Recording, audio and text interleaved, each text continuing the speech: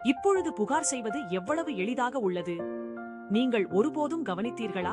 நன்றி சொல்லுவதற்கு புகார் செய்வது எவ்வளவு எளிதாக உள்ளது. நாம் அடிக்கடி எங்களிடம் இல்லாத விஷயங்களில் கவனம் செலுத்துகிறோம்.